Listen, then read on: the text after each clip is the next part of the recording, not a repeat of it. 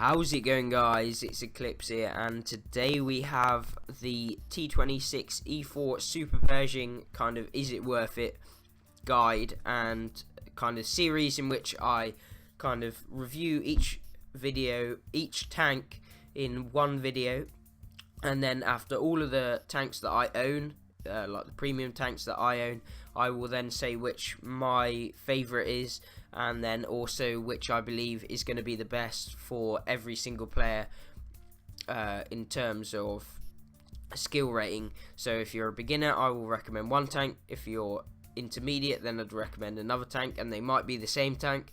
And then if you're more advanced, then I'd recommend another tank, which may be the same for all three, but we'll have to find out. So this one is the Super Pershing. Now this is very cheap on the kind of, you can buy it from the store, 7,200 gold, which is nothing really. I think it's got 178 penetration though on kind of World of Tanks console, but this is the PC version that they've updated to 192 pen, which I believe if I go onto the kind of let's just pop on to actual World of Tanks console. Where is it? Oh, brilliant, which is always good. But kind of in the series, I do want to kind of show you what sort of things you can actually get onto. No, I don't want to look at my own stats, please. News. No, I'm literally being a potato here. But what I wanted to make sure you guys kind of know in this series is that it's kind of my opinion. It's not necessarily 100% fact. It's all like debatable, some of the stuff that I may say, and you can also have your opinions and kind of comment down below, kind of give your thoughts and feelings towards some of the tanks that I cover. And if we can find the Super Pershing here somewhere, please. It's a medium tank, so there we go. I'm not really paying attention for some reason. So let's go over some of the stats on this. I think you have around 174 pens, something around that. It doesn't actually tell you straight, which I don't know why they do that, but we'll get into that. Make sure that I know 100% when we get into the garage later on. It's got a 90mm gun, which is really nice. The thing is that does kind of troll you about this tank when trying to buy it is that you've got 102mm of frontal hull armor, 76 at the side and 51 at the rear. 102 at the side, 76 at the rear, and also on the sides as well on the turret. But you might look at it and you've got this big area here. As if we go on to the 3D model on Tanks GG, you can see that there's this big plate that goes around, and these things are basically called spaced armor. They act as kind of a buff for HE. They just stop HE pretty much, and they also make it a lot harder for people to go through your turret straight through the mantlet. Also, you're going to bounce if you go here, because it's just really quite hard to go through the spaced armor and then go through the armor as well. And then as you can see, the hull is very strong. There's this tiny weak spot here which can be penned every now and again, but they'd have to be quite close. As you can see, it's going to be relatively hard to hit that on a moving vehicle from that sort of range. And then as you get closer, it's still going to be quite hard to hit that, especially with 25% RNG.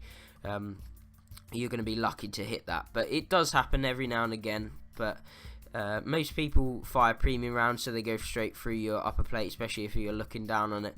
But if they're looking down, they aim for the upper plate. Should just be aiming for this bit here, which is guaranteed pen, or the top of the turret. So that's a little bonus for anyone that's kind of just firing on the upper plate. And usually, since this isn't the tallest tanks, if something like an E75 or like a tier 9 heavy tank face hugs you, they can just aim down on these parts, like kind of here, and pen down, and when they face hug you, they will just aim for this port here. So what a couple people do is if you put your turret up like this, I know it looks retarded, but you can actually hide a bit more of the cupola, as you can see. if I can actually work this thing. As you can see there's quite a bit of the cupola seen and the top of the tank if we're aiming head on, whereas if you raise it up, it actually reduces the kind of angle that they can see the cupola, and often with the RNG it can actually go into this bit. Now the thing with doing that is that it does make this lower bit here slightly weaker, but the gun mantlet is strong anyway, so you don't really need that spaced armor over it, and it's only this very small area here where if they go low, if they go high, it's going to bounce, and it's a very small thin sliver even of area where it's going to do damage. So that's another tip for drivers. We'll kind of show that off in some gameplay later on. Back to the stats, it's not very fast, I'm going to say that straight away. It is a Pershing, but obviously with the extra weight from the spaced armor, it slowed it down a hell of a lot and made its power to weight ratio not very good at all, really. 9.95 doesn't really get up to top speed of 40 unless you're going down a hill, and really you're going to be seeing about 20-25 on a flat piece of ground. Going up a hill you'll be down to 18, max 20 if it's quite a slow steep hill, like a gradual kind of gradient. And really I think this is kind of worth it if you are a beginner and you know kind of what the weak spots are, so you don't necessarily have to. If you've watched this, then you're going to be able to kind of angle your tank slightly, because try and angle when you face someone. So let me get a position of where you're going to be at. So say this is straight on.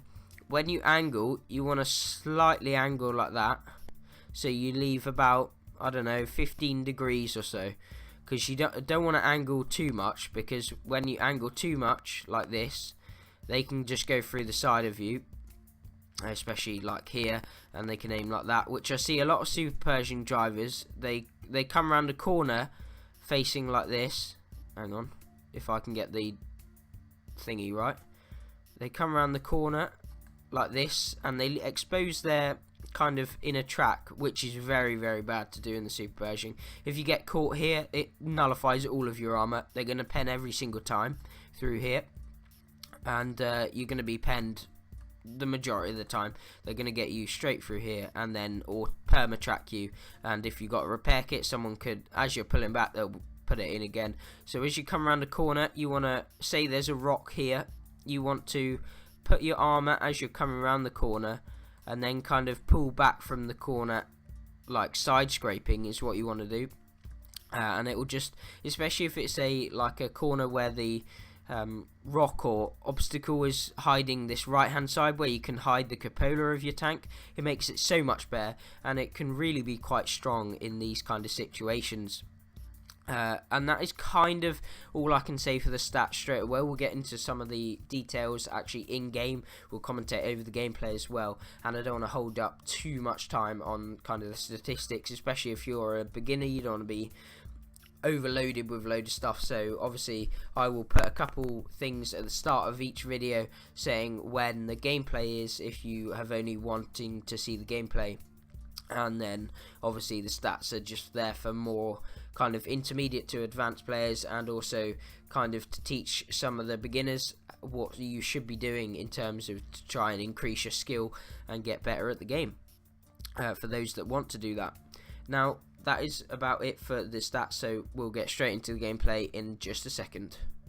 Alright guys, so we are here to watch the game clip. So we have the T26E4 and we are playing on Sevorogorsk. Now this map was introduced quite a few patches ago. It's got quite a nice kind of playstyle to it. I quite like this map actually, although it does seem to be quite dominated over by the left hand side, the 1-2 line, which I feel most people go towards now. And that is definitely the side I prefer. It just seems to be able to get some more damage, you seem to be able to come up against more tanks and you've got the better advantage rather than having to push across an open field, since there are quite a few more buildings on this side than on the opposite side around JK instead of AB line when you have to push through. Now, my opinion on the T26E4 is very hit or miss. I either have good games or I either have really bad games. I mean, the Super Pershing on a whole is definitely something I wouldn't recommend unless you are kind of a bit struck for money. I only really bought it because it was, I think, 50% off during a Black Friday sales a year ago. Not this Black Friday, but the year before. And I believe it cost something like 3,900 gold or something similar to that, since it was half price. And it was definitely worth picking out for that sort of gold that you can get it. Anyway, so onto the gameplay. We've moved up onto the hill. We're going to try and get some damage as quickly as possible and really make sure that we're getting some decent damage out of this game. Now, the Super Pershing, its armour for me never seems to work. Things go straight through your lower plate and stuff like that. I don't know why, but it's definitely something you should bear in mind, that the armour necessarily isn't as strong as you may believe, and that Tank GG gives it, since premium rounds do just wreck this tank, especially from really high caliber guns like the ISU, which you may see later on. Hint hint. As you can see, we've been tracking this Conqueror for a while, and he's just going to be slowly dwindled down. Something else was shooting him but bouncing off, obviously not aiming at the lower plate or the like inside drive wheel. I don't know what it was, but it was something below. We see that there's something behind us, but it doesn't seem to be posing that much of a threat at the moment. It's focusing something else. So we see that it's T10, and that can be a really dangerous tank, so we've got to make sure our shots are actually hitting in there, especially since it's a tier 9, and it's quite likely that it will just go straight through our armour anyway. Not the like kind of turret armour with the panel, but it would definitely go through the like hull, I think, with that sort of gun. So the T10's basically dead, and we've killed the Conqueror, and we're going to push up towards this Tiger and the Chi Rai, although he's already died. So we carry on pushing. We're just going to get this ridge here. So we've managed to pick up 8 damaging hits, which is quite good for the Super Pershing, since the gun is just... oh, it infuriates me the amount of times you aim your shot completely and then just bounces because of the supremely low pen, or just the aim time. It's just, oh no. Like, I'm pretty sure here in a minute you'll see the aim time come into effect as usual, although actually I think I properly fully aimed this shot and made sure that I had the highest chance possible. See the Tiger's gone down there, but the Lycan finishes him off. Well, actually the T71, that's the actual version which the Lycan is based off of. Lycan being the tier 7 premium tank that was obtained from the Halloween special, which I didn't actually manage to get. I kind of had some issues around that time, so I didn't bother playing much World of Tanks around them, and kind of been the same recently, but I've hopped on for a couple games today to just kind of get some gameplay for you guys, and obviously to carry on this series and really make sure that I can get some decent content. So there's a KV4 and a hammer, and they're going to pose some really big threats to me anyway, because they're quite far away, and they've got some really nice guns that just outmatch what I've got, and we're just pushing on to this hammer, just trying to get some more damage into the game. And there is where we take a massive hit from the ISU, obviously going straight through a hull, as you can see there, right above the machine gun port there. So it's not looking good for us. The score is at 8-10. They've got 2 more extra tanks, although they've only got 1 actual tank more. Obviously they've got an extra artillery than we do as well, so that's why they're making up the kind of numbers there. So we've got 10 penetrations at the moment, 1 kill, which isn't bad at all, considering the other damage is actually okay. I believe it's 240. And it just I don't know, it just seems like the gun just doesn't warrant losing so much. Like, gaining the armor doesn't warrant losing just the complete gun, doesn't warrant kind of anything really. It doesn't warrant the mobility, and the armor just doesn't even work that well. As you can see, we got penned in the upper plate again there, and that was by the KV4, so he was either firing premium rounds or just his standard was going straight through it anyway. And as you can see, we didn't bother stopping to try and take out the ISU, but we actually did get tracked. Otherwise I would have pulled back, because you don't want to be caught out by that thing. As you can see, we see the S51, we shoot him, it only tracks him, which is kind of annoying. It gives the ISU some time to actually sneak up on us, but we put one into him. It was a premium round, so we load standard there instead of... and then we take a big hit from the M53-54, which is lucky, because I thought that was what was going to finish us off there. We see the ISU's coming, but he doesn't want to poke. I think it's because he's afraid that we've got more alpha damage than we actually do. His health is about 1050, so he's not going to be able to... He's on about a quarter there, so that might just be a one shot if we roll high, but I'd have to get supremely lucky there. So he's just maintaining that distance. He doesn't want to push until I see him kind of exiting away there. He's going after our Borsig down on the left.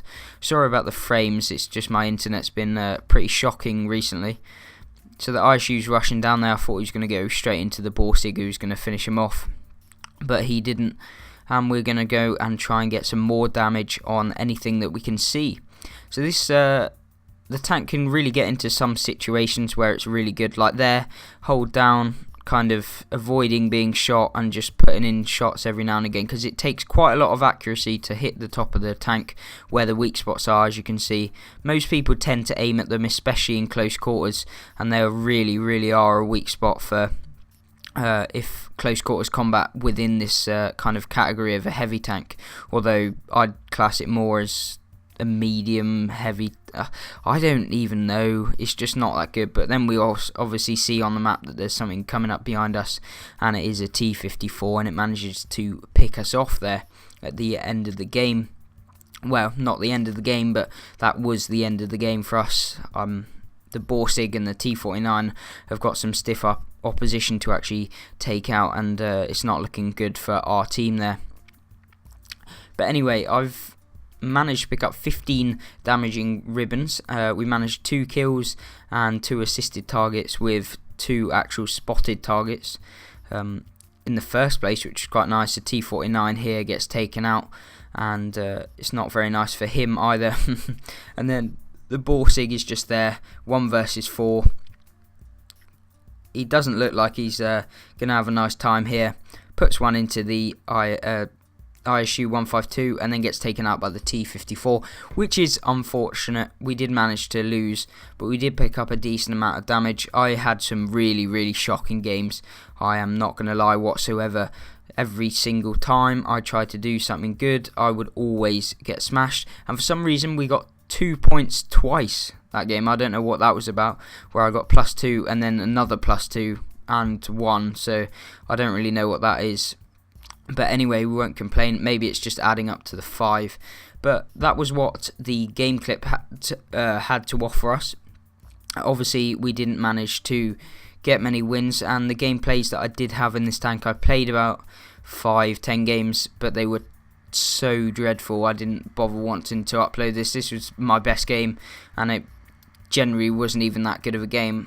In my opinion, I definitely wouldn't recommend purchasing this tank for the full price value, or I think the Freedom is the American style Patriot type tank. It's not the Patriot, don't get confused, that was just a word to use to describe the tank. But don't get the one with flag on it, don't get the actual thing for full price. If it's half price, if it's a third off, I would kind of recommend it if you don't want to spend too much money. But then if it's a third off, some other tanks will be a third off, and they are much better. Something like the T54 Mod 1, the Type 59, because that's pretty cheap as well, that's similar price, and that is something that I would much rather pick up instead of the Super Pershing.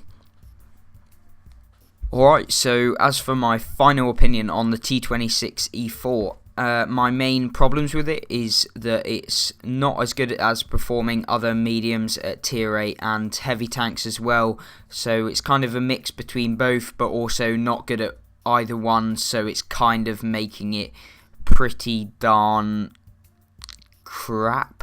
I'm going to go with. I don't like the Super Pershing at all. It's too slow, doesn't have the mobility to get around to places which I like to do, to be able to change flanks, doesn't have the gun performance that you need. The armour is not good enough to warrant losing all of your mobility and gun performance like the Pershing actually has at tier 8, the medium tank version, that doesn't have all of the spammy armour that they've just crammed on in kind of random places to try and improve their armour. But that's the thing, it makes decent amount of profit. I made quite a bit during my matches. Obviously I made 51,000 that game without premium, but I would have made 90,500 with premium. And that wasn't with any operations which gave me extra silver, so it was quite a nice money maker. But if you want to play something that you'll enjoy, you'll be making credits, then I definitely wouldn't recommend the Super Pershing. And considering just because it's cheap does not mean it is the best one, and it doesn't mean that it's going to be good, and that is why you're going to be paying less for the Super Pershing. I would thoroughly recommend paying 1,000 more gold to get something like the Type 59, or paying 2,000 more to get a different sort of tank like a Panther 88, something similar to that. But if it's on sale, get it. If it's not, don't bother. Hope you guys have enjoyed the video. If you have, please hit that like button and subscribe. If you have any questions whatsoever, make sure to leave them in the comment section, and I would try my best to answer every single one of them, whether it be some questions about the premium tanks that I've been covering, or any questions about videos, any questions about anything you can think of, and I will try my best to answer them once again. If you have liked the video, please hit that like button and subscribe for more content, that of which will be shown above. I believe the last video in the series, and also the last World of Tanks video I did. And I hope you guys have enjoyed once again, and I will see you in the next video.